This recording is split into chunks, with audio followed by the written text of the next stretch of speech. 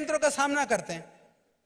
तो इसीलिए हम सही हैं तो दुनिया एक सीमा तक तुमको परेशान कर सकती है, पर तुमको पराजित कभी नहीं कर सकेगी। यह संदेश मैं आपको यहां से देना चाहता हूं।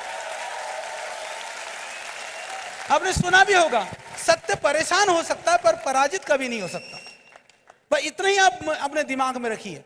और कोई कितना भी लगे, मैं एक छोटी सी कहानी सुना करके, क्योंकि शायद कुछ क्वेश्चन आंसर भी होने हैं आपके, तो मैं एक छोटी सी कहानी सुना करके अपनी बात को समाप्त करना चाहता हूं कि आप सब लोग क्योंकि एंटरप्रेन्योर हैं और आपकी बड़ी बड़ी योजनाएं हैं, कार्य करना चाहते हैं। एक कहानी है समझाने के लिए। कहते हैं कि एक जो दिल्ली के साइड में रहने वाला एक जैसे कुत्ता था, इधर का ही कई आसपास का, उसने कहा मुझे हरिद्वार जाना है गंगा नहाने के लिए। तो अपनी बीवी को कहा उसने, कुतिया को मतलब, उसने कहा कि ऐसा कर दे, तू मेरे लिए कुछ खाने का राशन बांध दे। तो बांध दिया, तो उसने राशन बांध दिया, गले में लटका लिया, हरिद्वार के लिए निकल पड़ा।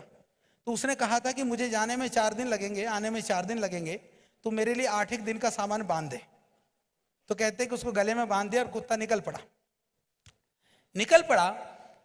तो जब अपनी सीमा से बाहर निकला तो दूसरे कुत्ते तैयार बैठे हुए थे। उन्होंने जो खदेड़ा उसको दूसरी सीमा पर पहुंचा दिया। फिर वहां दूसरे तैयार थे, फिर उन्होंने खदेड़ा। ऐसे करते करते दिल्ली से निकला था, हरिद्वार पहुंच लिया, दोपहर तक ही पहुंच गया जो 4 दिन में पहुंचना था। तो दोपहर के बाद अपने जो गंगा जी में नहाना धोना था कर लिया। फिर वापस होने के लिए जब निकला तो तैयार बैठे थे बिरादरी वाले। उन्होंने जो उसको हाँका वहां से, वो आगे नहीं पहुंचा। फिर और दूसरी सीमा में पहुंचा, वो तैयार बैठे थे। शाम तक तो भाई साहब घर पे। तो उसकी पत्नी ने पूछा कि बोले तुम हरिद्वार गए नहीं? बोले गया तो था। बोले तुम तो कहते थे 8 दिन लगेगा, तुम तो ये 8 घंटे में लौट आए। बोले, उसने कहा देवी मैं सच में होकर के आया हूं। उसको भरोसा नहीं हुआ। उसने कहा ऐसे कैसे हो सकता है? तो उसने एक लाइन कही, बोले मेरे बिरादरी वालों ने बड़ी मेहरबानी करी।